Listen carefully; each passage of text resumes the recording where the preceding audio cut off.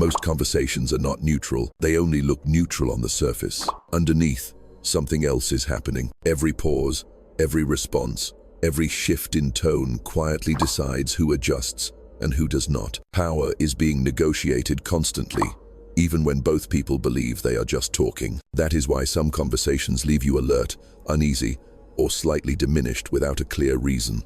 Your mind notices before you can explain it.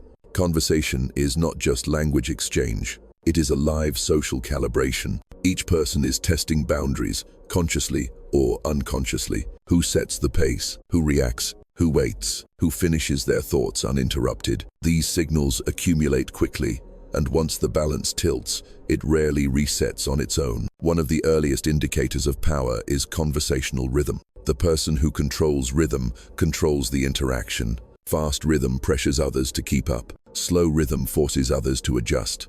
Most people speak faster when they feel uncertain or eager to be accepted. That speed communicates need, even if the words are confident.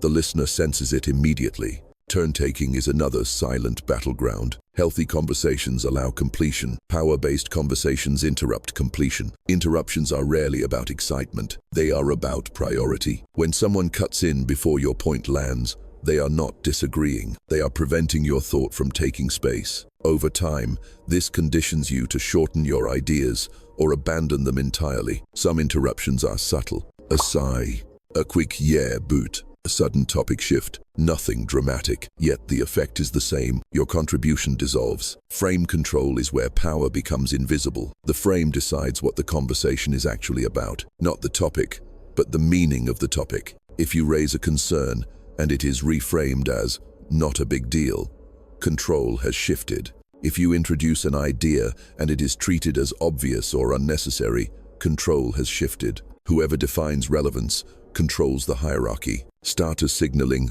often hides inside politeness. Over-explaining can sound helpful, but it can also be corrective. When someone explains something you did not ask for, they may be placing themselves above you. It sounds supportive. It feels shrinking. That feeling is accurate. Tension is the real currency of conversation. Words are secondary. Who receives full attention and who receives partial attention tells you everything. Looking away mid-sentence, checking something else while you speak, responding late or vaguely. These are not random habits. They signal who must adapt. Delayed responses are especially powerful. They create imbalance without confrontation.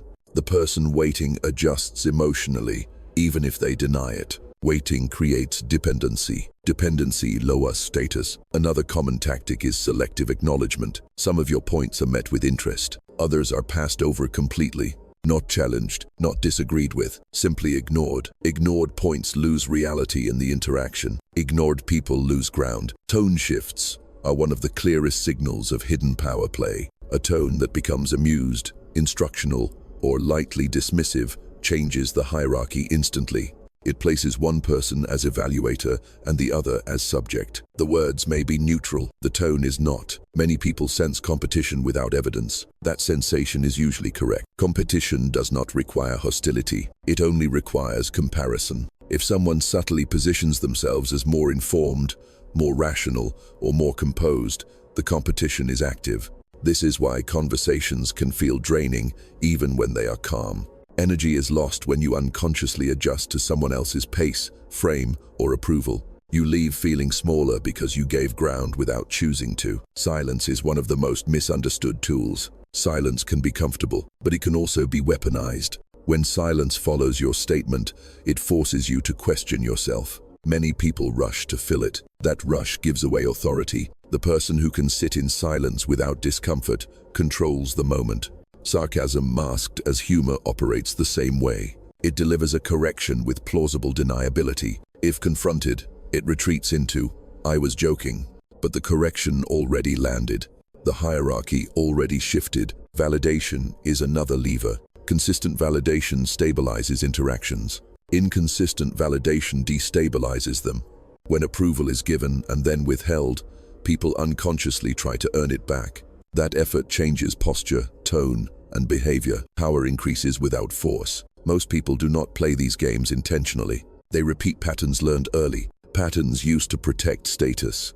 Patterns used to avoid vulnerability. Patterns used to maintain control when they feel threatened. Intent does not change impact. Once you see these mechanics, confusion disappears. You stop wondering why conversations feel off. You stop internalizing discomfort. You understand the structure beneath the exchange. Control does not require aggression. It requires stability. The first adjustment is pace. Slow slightly, not dramatically, enough to set a rhythm others must follow. When interrupted, do not compete. Do not raise volume. Pause briefly, then continue exactly where you stopped. No apology, no explanation. This communicates that your presence is steady and uninterrupted. If your point is ignored, do not repeat it immediately. Repetition signals need. Allow the conversation to move, then return to your point later. This demonstrates frame persistence without force. Silence should not be feared. When pressure is applied through speed or urgency, pause. Answer when ready. That pause reclaims balance. Avoid over-clarifying. Clear statements do not need defense. Defending unchallenged points weakens authority. When humor is used to diminish, respond calmly to the content only. Ignore the tone. This removes the advantage without escalation. Validation does not need pursuit. If it is withdrawn, maintain your baseline. Stability signals self-sufficiency. Exiting conversations is also power. Leaving calmly, without justification, preserves authority. You do not owe engagement to every interaction. The objective is not dominance. It is control of self. When your pace, tone, and presence are consistent, others adjust naturally. Conversations are not battles. They are negotiations of space and attention. Most people lose power because they react emotionally to signals they do not understand. Awareness changes this. You stop leaking energy. You stop shrinking unconsciously. You remain intact. Every interaction teaches people how to treat you, not through what you say, through how you hold yourself. When you are calm, measured, and unhurried, you communicate something clearly. You are not seeking approval. You are not competing for space. You are not available to be managed. You are present, and controlled presence is authority. Once you notice these dynamics, you see them everywhere. And once you see them, they stop controlling you.